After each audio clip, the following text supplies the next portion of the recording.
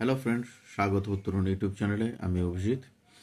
আমার দশম শ্রেণীর শিক্ষার্থী বন্ধুদের স্বাগত জানাই। বন্ধুরা, আবার আজকে নিয়ে এসে হাজির হয়েছি 2026 মাধ্যমিক প্রশ্ন বিচিত্রার মডেল কোশ্চেন পেপার 8।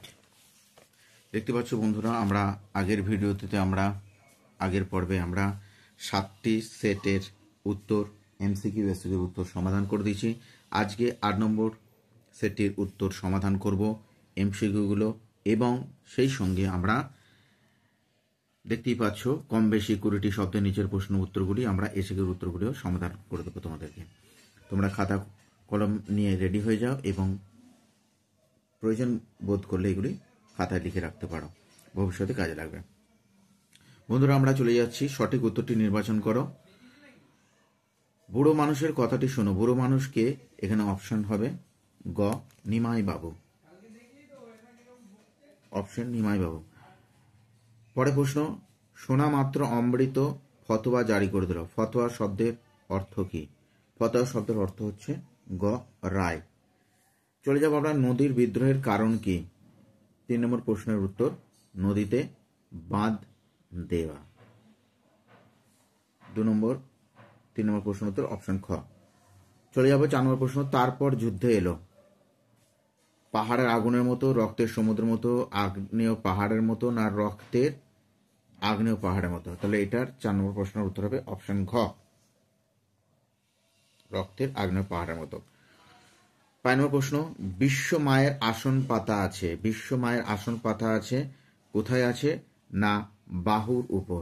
অপশন ঘ। চলে যাব আমরা পরে প্রশ্ন, ঋষি বালকের মাথায় গোঁজা, ফুল, পাগড়ি, হাঁসের পালক, না ময়ূরের পালক? প্রত্যেকেই জানো, এটা পড়েছো তোমরা। এটা হচ্ছে অপশন ঘ, ময়ূরের পালক। চলে যাব আমরা, কঙ্কাবতী ও ডমরুধর এর স্বনামধন্য লেখকের নাম কি? 7 নম্বর প্রশ্নের উত্তর হবে, প্রত্যেকেই জানো, সেটা হচ্ছে ত্রৈলোক্যনাথ মুখোপাধ্যায়। অপশন গ। চলে যাব আমরা 8 নম্বর প্রশ্ন উত্তর, বাংলা বৈজ্ঞানিক প্রবন্ধাদিতে আরেকটি দোষ প্রসঙ্গে প্রাবন্ধিক কোন প্রবাদের কথা উল্লেখ করেছেন? প্রত্যেকেই জানো, সেটা পড়েছ, অল্প বিদ্যা ভয়ঙ্করী। চলে যাব আমরা পরে প্রশ্ন, বাংলা ভাষায় বিজ্ঞান প্রবন্ধে উল্লেখিত নবাগত রাসায়নিক বস্তুটি হল ডাইক্লোরোবেনজিন। অপশন গ। চলে এলাম বন্ধুরা 1-এর 10 নম্বর প্রশ্ন, বাংলা ব্যাকরণে অকারক পদের সংখ্যা 1টি, 2টি, 3টি, 4টি। ভিভিআই প্রশ্নটি খুবই গুরুত্বপূর্ণ, প্রত্যেকেই জানো, সেটি হচ্ছে 2টি। একটা হচ্ছে সম্বোধন আর একটা হচ্ছে সম্বন্ধ পদ, 2টি। চলে যাব আমরা, বিভক্তি শব্দের অর্থ কি? বিভাজন, সংকোচন, প্রসারণ, না সংযোজন? 11 উত্তর হবে বিভাজন। ভজ মানে ভাগ করা, বিভাজন। চলে যাব, এত বেশি মায়া একটু অস্বাভাবিক। নিম্নলিখিত পদটি হলো দ্বন্দ্ব সমাস, নয় তৎপুরুষ, উভয় তৎপুরুষ, না অবিভাব সমাস? অস্বাভাবিক প্রশ্নের উত্তর হবে নয় তৎপুরুষ বা না তৎপুরুষ। উপপদের সঙ্গে কৃদন্ত পদের যে সমাস হয় তাকে বলে একোদশী তৎপুরুষ, অলোপ তৎপুরুষ, উপতৎপুরুষ, না ব্যাপ্তি তৎপুরুষ? উপপদের সঙ্গে কৃদন্ত পদের যে সমাস হয় তাকে আমরা বলবো উপপদ তৎপুরুষ। অপশন গ। চলে যাব আমরা 14 নম্বর প্রশ্ন উত্তর, হরিদার কাছে আমরাই গল্প করে বললাম। এই বাক্যের উদ্দেশ্য হলো হরিদা আমরাই বললাম গল্প করে। 14 নম্বর প্রশ্নের উত্তর হবে আমরাই। অপশন খ। 15 নম্বর, বাক্যের অর্থের পূর্ণতা প্রকাশ পায় নামপদ, ক্রিয়া, সমাপিকা ক্রিয়া, না অব্যয়? 15 নম্বর প্রশ্নের উত্তর হবে সমাপিকা ক্রিয়া। 16 নম্বর প্রশ্নের উত্তর, মহাশয়ের কি করা হয়? কোন বাচ্যের দৃষ্টান্ত? কর্তৃবাচ্য, কর্মবাচ্য, ভাববাচ্য, না কর্ম কর্তৃবাচ্য? 16 নম্বর প্রশ্নের উত্তর হবে, প্রত্যেকেই জানো, সেটা হচ্ছে ভাববাচ্য। হ, ধাতুজাত ক্রিয়া বসে কোন বাচ্যে? কর্তৃবাচ্যে, কর্মবাচ্যে, ভাববাচ্যে, না কর্মকর্তৃবাচ্যে? অপশন গ, ভাববাচ্যে। চলে যাব আমরা বন্ধুরা এবার পরের প্রশ্ন। চলে এলাম বন্ধুরা আমরা 2 নম্বর দাগে, কম বেশি 20টি শব্দের নিচের প্রশ্নগুলি উত্তর দাও। প্রশ্ন মান 1, 19টি প্রশ্ন উত্তর দিতে হবে তোমাদেরকে। আমরা এই প্রশ্নগুলো সমাধান করে দেবো। 2-এর 1-এর দাগের 1 নম্বর প্রশ্ন দেখো, আর সেই সুযোগই দেখতে পাচ্ছে না তপন। কোন সুযোগে তপন কি দেখতে পাচ্ছে? উত্তর সমাধান করে দেবো। প্রশ্ন দেখো, আর সেই সুযোগেই দেখতে পাচ্ছে না তপন, কোন সুযোগে তপন কি দেখতে পাচ্ছেন? উত্তরটি দেখে নাও। তপনের লেখক মেসোমশাই কিছুদিন শ্বশুর বাড়িতে এসে রয়েছেন, সেই সুযোগেই তপন দেখতে পাচ্ছে যে লেখকরা ভিন্ন গ্রহের প্রাণী নয়, তাদের মতোই মানুষ। 2 নম্বর প্রশ্ন, একটা আতঙ্কের হল্লা বেজে উঠেছিল। কোথায়, কেন আতঙ্কের হল্লা বেজে উঠেছিল?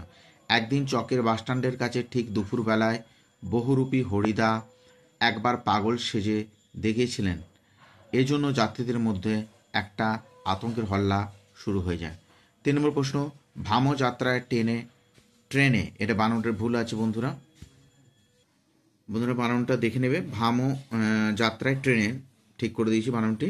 অপূর্বের কে কে সঙ্গী হয়েছিলেন? দারুণ প্রশ্ন। একজন আর্দালি বা পিয়ন এবং অফিসের একজন হিন্দুস্তানি ব্রাহ্মণ পেয়াদা অপূর্ব সঙ্গী হয়েছিলেন। অদল বদলের গল্প গ্রাম প্রধানের কানে গেলে তিনি কি ঘোষণা করেছিলেন? গ্রাম প্রধান ঘোষণা করেন যে গ্রামের সকলকে অমৃতকে অদল ও ইসাবকে বদল বলে ডাকবে। 5 নম্বর প্রশ্ন, লোভটা সে সামলাইতে পারিল না। কোন লোভের কথা বলা হয়েছে? নদীর জলের সঙ্গে খেলা করার লোভকে নদের চাঁদ সামলাতে পারেনি।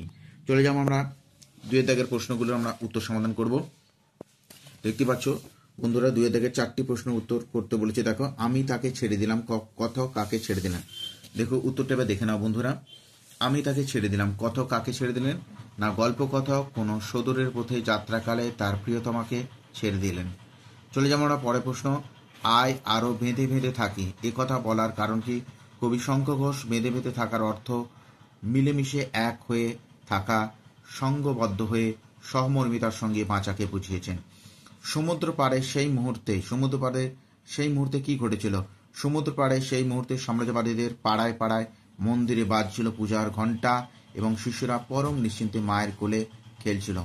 4 নম্বর প্রশ্ন উত্তর, তথা কন্যা থাকে সর্বক্ষণ। কন্যা কোথায় থাকে? কন্যা সর্বক্ষণ পাহাড় ঘেরা পুষ্প শোভিত দ্বীপভূমিতে স্বর্ণ ও রত্ন খচিত প্রাসাদে থাকতেন। 5 নম্বর প্রশ্ন, গানের বর্ম আজ, দুঃখিত বন্ধুরা, একটু কোলাহলপূর্ণ পরিবেশ, ক্ষমাপ্রার্থী। আচ্ছা, প্রশ্নটি চলে যায় 5 নম্বর প্রশ্ন, গানের বর্ম আজ পড়েছি গায়ে। গানের বর্ম বলতে কবি কি বুঝেছেন? অস্ত্রের আঘাতকে একমাত্র গানই প্রতিরোধ করতে পারে, তাই কবি গানের বর্ম গায়ে পড়েছেন। চলে যাবো আমরা 2-3 দাগের প্রশ্ন। বন্ধুরা দেখে নাও, 2-3 দাগের প্রশ্ন, 3টি প্রশ্নের উত্তর দাও। সোনার দোয়াত কলম যে সত্যই হতো। প্রশ্ন উত্তর সমাধান দেখবো আমরা। 2-3 দাগের 1 নম্বর প্রশ্ন, সোনার দোয়াত কলম যে সত্যই হতো, সোনার দোয়াত কলমের কথা কিভাবে বক্তা জেনেছিলেন? সোনার দোয়াত কলমের কথা বক্তা জেনেছিলেন শুভ ঠাকুরের দোয়াত সংগ্রহ দেখতে গিয়ে। 2-3 থেকে 2 নম্বর প্রশ্ন, একজন বিদেশি সাংবাদিক লিখেছিলেন, কি লিখেছিলেন? কলকাতায় চৌরঙ্গি রাস্তায় ফেরিওয়ালারা গিজগিজ করে, তাদের প্রতি 3 জনের মধ্যে একজনের পেশা কলম বিক্রি করা। লক্ষণা বলতে কি বোঝো? শব্দের অভিধানগত অর্থের অতিরিক্ত যে অর্থ প্রকাশ পায় তাকে লক্ষণা বলে। 2-3 থেকে 4 নম্বর প্রশ্ন, এই কথাটি সকল লেখকেরই মনে রাখা উচিত। প্রশ্নটি বারংবার আমি দেখছি সেটে পড়ছে, খুব গুরুত্বপূর্ণ 2026 সালের জন্য। বৈজ্ঞানিক প্রসঙ্গের ভাষা অত্যন্ত সরল ও স্পষ্ট হওয়া আবশ্যক, এই কথাটি সকল লেখকের মনে রাখা উচিত। চলে এলাম বন্ধুরা আমরা 2-4 দাগের প্রশ্নগুলো, যেখান থেকে ব্যাকরণ বিষয়টা থাকে দেখতেই পাচ্ছ। যে কোনো 8টি প্রশ্নের উত্তর। প্রথম প্রশ্নটা আছে 2-4 দাগের 1 নম্বর প্রশ্ন, শূন্য বিভক্তি কাকে বলে? ভিভিআই। উত্তরটা দেখে নাও বন্ধুরা, তোমরা এইভাবে লিখবে, যে শব্দ বিভক্তি চিহ্ন শব্দে যুক্ত হয়েও নিজের অপ্রকাশিত থেকে শব্দকে পদে পরিণত করে তাকে শূন্য বিভক্তি বলে। 2-4 থেকে 2 নম্বর প্রশ্ন, শিশুরা খেলছিল মায়ের কোলে, কারক বিভক্তি নির্ণয় করে। রেখাঙ্কিত পদটি, শিশুরা হচ্ছে কর্তৃকারকে রা বিভক্তি। একশেষ দ্বন্দ্ব সমাসের উদাহরণ, তোমরা, তুমি, অসে। তোমাদের যদি আরও কিছু জানা থাকে সেই উদাহরণও তোমরা দিতে পারো। পীতাম্বর কথাটি ব্যাসবাক্য সহ সমাসের নাম লেখো। 4 নম্বর প্রশ্ন, 2-4 থেকে 4 নম্বর প্রশ্ন, পীতাম্বর পিত অম্বর যার বহুব্রীহি সমাস। চলে যাব 2-4 থেকে 5 নম্বর প্রশ্ন, আর কোনো ভয় নাই, প্রশ্নবোধক বাক্যে পরিবর্তন করো। আর কি কোনো ভয় আছে? চলে যাব 2-4 থেকে 6 নম্বর প্রশ্ন, একটি জটিল বাক্যের উদাহরণ দাও। যদি তুমি এসো তবে আমি বইটা হাতে পাবো। 2-4 থেকে 7 নম্বর প্রশ্ন, মাছ আকাশে ওড়ে, বাক্য নির্মাণে কোন শর্ত লঙ্ঘিত হয়েছে? এখানে যোগ্যতার শর্ত লঙ্ঘিত হয়েছে। দেখো, এটা মাছ আর আকাশবাড়ি দুটি পদের মধ্যে কোনো বাস্তবসম্মত যুক্তি নেই। এখানে যদি মাছ জলে খেলা করে এটা থাকতো, বাস্তবসম্মত হতো, কিন্তু এখানে কোনো বাস্তবসম্মত নেই, তাহলে এখানে যোগ্যতা শর্ত লঙ্ঘিত হয়েছে। 2-4 থেকে 8 নম্বর প্রশ্ন, এসো যুগান্তরের কবি। ভাব বাচ্চা পরিণত করো, যুগান্তরের কবি এসো। আচ্ছা, পরের প্রশ্ন, কর্তৃবাচক কর্মবাচক একটি পার্থক্য লেখো। কর্মবাচে কর্তা প্রাধান্য থাকে বেশি, কর্মবাচে কর্মের প্রাধান্য। গল্পটা সবার জানা, লাস্ট প্রশ্ন এই সেটের। গল্পটা সবার দ্বারা জানা হয়, কর্মবাচ্যে রূপান্তর হলো। তাহলে বন্ধুরা 8টি সেটের উত্তর আমরা সমাধান করে দিলাম। এমসিকিউ বাড়িতে সুন্দর করে এগুলো ফাইনাল পরীক্ষা আগে পর্যন্ত বা টেস্ট পরীক্ষা আগে পর্যন্ত তোমরা প্র্যাকটিস করো, অভ্যাস করো, মুখস্থ করো, নিশ্চিত কমন পাবে। ভালো থেকো, সুস্থ থেকো, ধন্যবাদ।